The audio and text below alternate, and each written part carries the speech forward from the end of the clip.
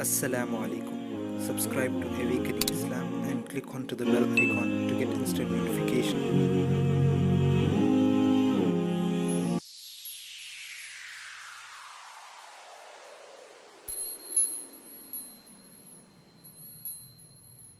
If you don't understand something in the religion, ask people who know more. And when they give you an answer and you're not satisfied with their answer, you tell them, I am not satisfied with your answer. I need better understanding.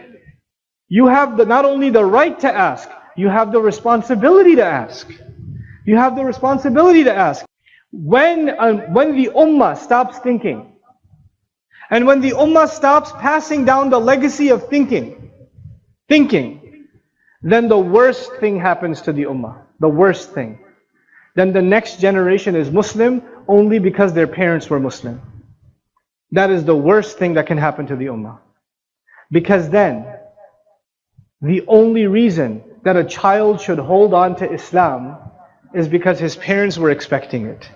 You know, we're living in a day and age where families are very separated and children live a very independent life from their parents now. They go to college, they go to university, they get a job, they have their own life. Isn't that the case? And when they have their own life, you'll notice the vast majority of, whether you're Buddhist or Hindu or Christian or Jewish or Muslim, it doesn't matter. You'll see most cases, the parents are religious and the children are what? They're not religious. And they say, well, when I used to live with my parents, they used to take me to church every week. My father used to take me to Jumu'ah every week. But now I don't live with my dad, I'm in college, I'm free. I don't have to go now. I don't have a reason anymore. The reason was my parents. And when they go back for vacation to their parents' house, then they go back to Jumu'ah again. And then they go back to college and they're free again. Isn't it? You know why this happens? Because we did not teach our children how to think about Islam for themselves.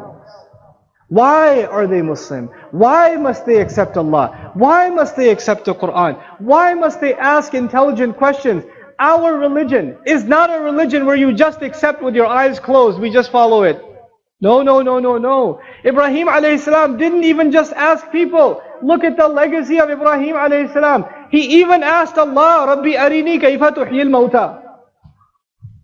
Master, show me, how do you give life to the dead? How do you do that? He even asked Allah. And Allah asked him, awalam tu'min, didn't you already have iman? Didn't you already believe? قَالَ بَلَا وَلَكِنْ لِيَطْمَئِنَّ قَلْبِي. No, that's because I want to satisfy my heart. Allah is teaching us through the legacy of Ibrahim alayhi salam that we should ask questions until we satisfy our heart, until the heart is at peace. You must explore, you must think, and we must inculcate thinking into our children. Unfortunately today, even religious education, Islamic education is not about thinking anymore. Memorize these surahs, learn how to make wudu. Here's the time to make salah. Done. Your tajweed is good, done. Kids memorize Quran, that means he's already got a ticket to Jannah. Inna lillahi wa inna ilayhi raji'un. This child has memorized Quran, he's reciting Quran, but not for one day did he think about a single ayah of the Quran. How can that be? How can we be the religion? He's reciting أَفَلَا تَعْقِلُونَ وَلَا يَعْقِلُ. He's reciting, why don't you think? And he never thinks. You see the irony in that? You know? مَثَلُ الَّذِينَ كَفَرُوا كَمَثَلِ الَّذِي يَنْعِقُ بِمَا لَا يَسْمَعُ إِلَّا دُعَاءً وَنِدَاءً. This kid is leading Taraweeh. We're celebrating this child has memorized Quran. He's leading the prayer and he's reciting the example of those who, when they hear the call of Allah, it's like they're hearing just the calls of animals. It doesn't make any sense to them. And he's reciting it and he doesn't understand it. This is a tragedy.